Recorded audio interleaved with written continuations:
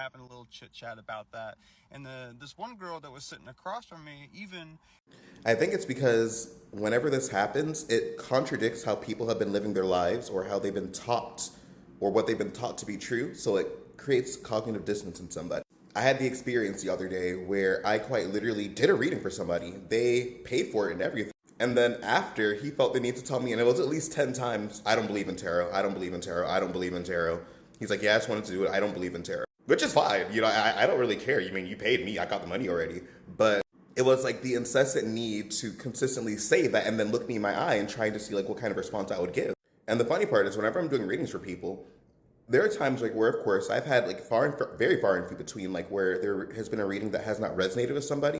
But in my experience, many times you can typically tell when you're hitting somebody's like when you're accurate because people tend to have a response, especially if it's something that could be unnerving to them. People tend to have like a little bit of a twitch or response to the things that you're saying.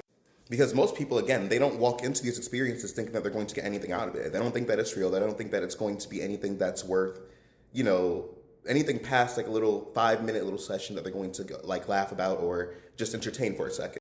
But when you start to actually do the session and people start to actually see the experience and they actually start to see the accuracy behind what I'm saying and like what's coming out, it freaks people out sometimes. Even the people who are interested in it sometimes it can freak people out because they're not used to that worldview being experienced. They're not used to anything like that even being a possibility, much less than witnessing it and experiencing it firsthand. That, and I know it was accurate because I got confirmation from my spirit guides shortly after, because that's just how that shit works. It reminds me of this one scene on Dandanon, which I haven't seen the entire anime yet, but I gotta rewatch. I gotta continue watching it. But long story short, one of the main characters is a psychic, and she goes on TV and she has a session with somebody, and she's like, oh yeah, you like this, and that, you're married, you're this age, this is your favorite food, and she has everything spot on accurate. And then the guy in front of her, with a smile on his face, just denies it. He's like, nope, that's not me, that's not true.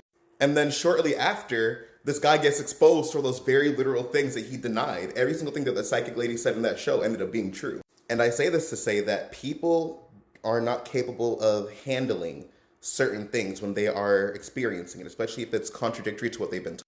It literally creates like a cognitive dissonance within them where they're not able to fully reconcile what they're witnessing, what they've been taught, and what reality is now at that point. Like, it's hard for them to figure out what that means for them moving forward. So this is exactly where people will then tend to either progress and expand and start to seek out more experiences or more knowledge or something along the lines that will help them expand into this new understanding of the world.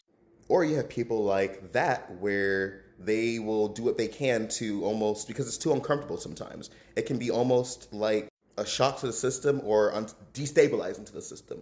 So what tends to happen is you either lean into the discomfort and expand, or you regress and you stay where you are.